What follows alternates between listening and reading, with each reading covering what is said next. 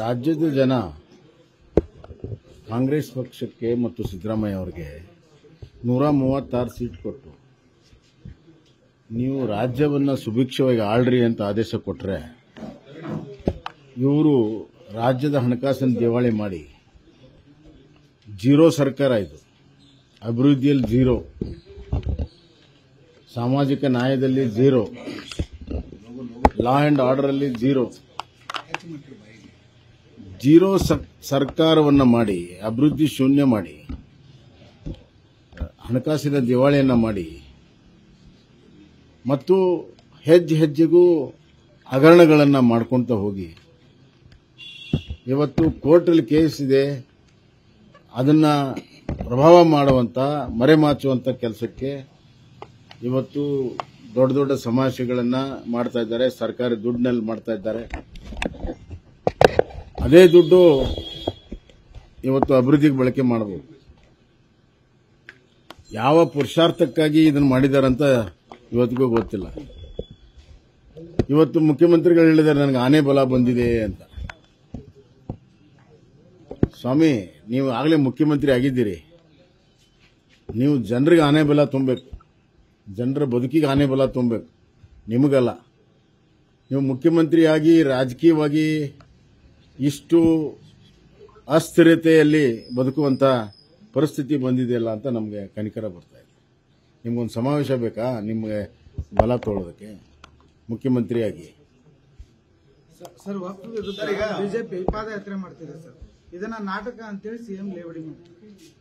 ನೋಡಿ, ಮುಖ್ಯಮಂತ್ರಿಗಳು ಅವರು ನಮ್ಮ ಕಡೆ ದೊಡ್ಡಾಟ ಅಂತಿದೆ. ದೊಡ್ಡಾಟ ಮಾಡುವಂತ ಪ್ರಮುಖ ಪಾತ್ರಧಾರರು, ಬಹಳ ಆವೇಶದಿಂದ ದೊಡ್ಡ ದೊಡ್ಡ ಮಾತುಗಳನ್ನು ಆಡುವಂಥ, ದೊಡ್ಡಾಟ ಮಾಡುವಂಥ ಪ್ರಮುಖ ಪಾತ್ರಧಾರಗಳು. ವಿರೋಧ ಪಕ್ಷವಾಗಿ ಸರ್ಕಾರ ಮಾಡಿರುವ ತಪ್ಪುಗಳನ್ನು ಇವತ್ತು ಎತ್ತಿ ಹಿಡಿಯುವಂಥದ್ದು ನಮ್ಮ ಕೆಲಸ. ಮುಖ್ಯಮಂತ್ರಿಗಳಿಗೆ ಮಾಡಕ್ಕೆ ಬೇಕಾದಷ್ಟು ಕೆಲಸ ಇದೆ. ಆರೋಗ್ಯ ಇಲಾಖೆ ಸಂಪೂರ್ಣವಾಗಿ ಹದಗೆಟ್ಟಿದೆ. ಜನರಿಗೆ ಔಷಧಿ ಸಿಗ್ತಾ ಇಲ್ಲ, ಟ್ರೀಟ್ಮೆಂಟ್ ಇಲ್ಲ. ಜನರಿಗೆ ಸಾರ್ವಜನಿಕ ಸರ್ಕಾರಿ ದವಾಖಾನೆಯಲ್ಲಿ ಎಲ್ಲ ರೇಟ್ ಹೆಚ್ಚಿಗೆ ಮಾಡಿದ್ದೀರಿ. ಬಡವರು ಆರೋಗ್ಯದ ಭಾಗ್ಯವನ್ನೇ ಕಳ್ಕೊಂಡಿದ್ದಾರೆ. ಅದರ ಕಡೆ ಲಕ್ಷ್ಯ ಕೊಡಕ್ಕೆ. ಸರ್, ಈಗ 10 ಕೆಜಿ ಅಕ್ಕಿ ಕೇಂದ್ರದಿಂದ ಏನಾದರೂ ಕೊಡ್ತಾ ಇದ್ರೆ ನಾನು ರಾಜಕೀಯ ನಿವೃತ್ತಿ ಕೊಡ್ತೇನೆ ಅಂತ ಹೇಳ್ತಾರೆ. ನಾವೆಲ್ಲ 10 ಕೆಜಿ ಕೊಡ್ತೀವಿ ಅಂತ ಹೇಳಿದ್ದಿಲ್ಲ. ಇವ್ರು ಹೇಳಿದ್ರು 10 ಕೆಜಿ ಕೊಡ್ತೀವಿ ಅಂತ. ನಿಜವಾಗ್ಲೂ ಕೂಡ ನಾವು 10 ಕೆಜಿ ಕೊಡ್ತೀವಿ ಅಂತ ಹೇಳಿದ್ರು. ಅವರು ಒಂದು ಅಗಳು ರಾಜ್ಯ ಸರ್ಕಾರದಿಂದ ಇವತ್ತು ಅನ್ನವನ್ನು ಕೊಡ್ತಾ ಇಲ್ಲ. 5 ಕೆಜಿ ಏನು ಬರ್ತಾ ಇದೆ ಅದು ಕೇಂದ್ರದ್ದು. ಅದನ್ನು ಹೇಳಕ್ ನಾಚಿಕೆ ಇವ್ರಿಗೆ. ಅದಕ್ಕೆ ನಾವು 10 ಕೆಜಿ ಕೊಡ್ತಾ ಇದ್ದಾರೆ. 5 ಕೆಜಿ ನಾವು ಕೊಡ್ತೀವಿ ಅಂತ ಹೇಳಿದ್ವಿ, 5 ಕೆಜಿ ಕೊಟ್ಟಿದ್ದೀವಿ. ನೀವು 10 ಕೆಜಿ ಅಂತ ಕೊಡೋರು ಒಂದು ಅಗಳು ಕೊಟ್ಟಿಲ್ಲ, ನೀವು ರಾಜೀನಾಮೆ ಕೊಡಬೇಕು.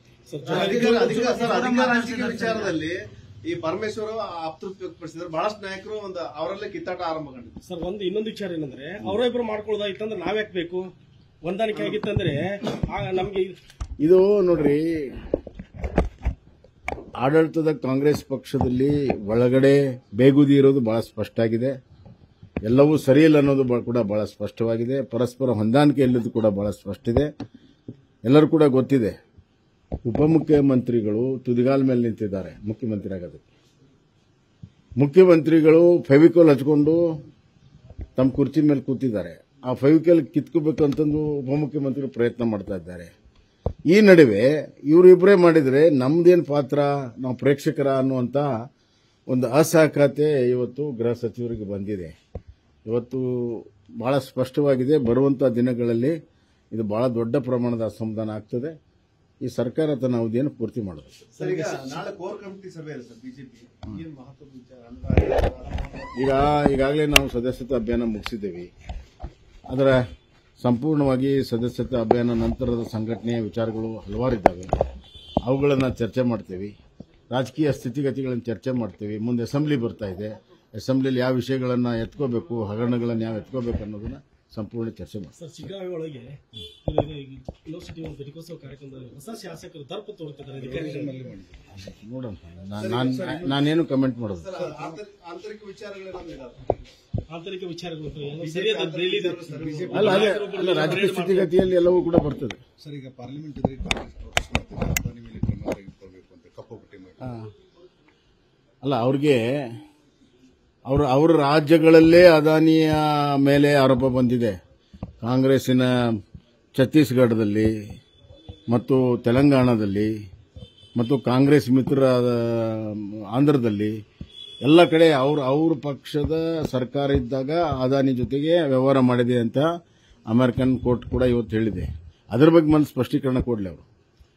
ಸರ್, 9ನೇ ತಾರೀಕಿಗೆ ಅಧಿವೇಶನ ಸ್ಟಾರ್ಟ್ ಆಗುತ್ತೆ. ಸರ್ಕಾರಕ್ಕೆ ಏನಂತ ಸರ್ ಈ ಭಾಗದ ಒಟ್ಟು ಚರ್ಚೆನ ಸರಿಯಾಗಿ ಆಗುದಿಲ್ಲ. ಅಲ್ಲ, ನಾವು ಬೆಳಗಾವಿ ಅಧಿವೇಶನ ಮಾಡಿರುವಂಥದ್ದು ಈ ಭಾಗದ ಸಮಸ್ಯೆಗಳನ್ನು ಬಿಂಬಿಸುವಂಥದ್ದಕ್ಕೆ ಮತ್ತು ಗಡಿ ಜಿಲ್ಲೆಯಲ್ಲಿ ಕನ್ನಡವನ್ನು ಇನ್ನಷ್ಟು ಗಟ್ಟಿಗೊಳಿಸೋ ಸಲ ನಾವು ಮಾಡಿದ್ದು. ಆ ರೀತಿ ನಡ್ಕೊಳ್ಳುವಂಥದ್ದು ಸರ್ಕಾರದ ಜವಾಬ್ದಾರಿ ಅಜೆಂಡಾದಲ್ಲಿ. ಆದ್ದರಿಂದ ಇವತ್ತು ಜನರ ಸಮಸ್ಯೆಯ ಜೊತೆಗೆ ಉತ್ತರ ಕರ್ನಾಟಕ ಅಭಿವೃದ್ಧಿಯೂ ಕೂಡ ಅಷ್ಟೇ ಪ್ರಮುಖವಾಗಿರೋದು, ಅದನ್ನ ಎತ್ಕೋಬೇಕು. ಉದಾಹರಣೆಗೆ ಉತ್ತರ ಕರ್ನಾಟಕದ ಯೋಜನೆಗಳನ್ನು ಸಂಪೂರ್ಣವಾಗಿ ನಿರ್ಲಕ್ಷ್ಯ ಮಾಡಿದ್ದಾರೆ. ಅದು ಅಪ್ಪರ್ ಕೃಷ್ಣ ಇರ್ಬೋದು, ಮಹದಾಯಿ ಇರ್ಬೋದು, ಇನ್ನೊಂದಿರ್ಬೋದು, ಸಂಪೂರ್ಣವಾಗಿ ನೀರಾವರಿ, ಇಡೀ ರಾಜ್ಯದ ನೀರಾವರಿ ನಿರ್ಲಕ್ಷ್ಯ ಮಾಡಿದ್ರೆ. ಅದ್ರಾಗ ಉತ್ತರ ಕರ್ನಾಟಕಕ್ಕಂತೂ ಉತ್ತರ ಕರ್ನಾಟಕದ ನೀರಾವರಿಯ ನಕ್ಷೆಯಿಂದನೇ ಇವತ್ತು ಏನು ನೀರಾವರಿ ನಕ್ಷೆ ಇರ್ತದೆ, ಒಂದು ವಾಟರ್ ಪ್ಲಾನಿಂಗ್ ಏನಿರ್ತದೆ, ಅದರಲ್ಲಿ ಉತ್ತರ ಕರ್ನಾಟಕವೇ ಇಲ್ಲ. ನ್ಯೂಸ್ ಫಸ್ಟ್ ನಿರ್ಭೀತಿಯಿಂದ ನಿಮ್ಮ ಪರವಾಗಿ.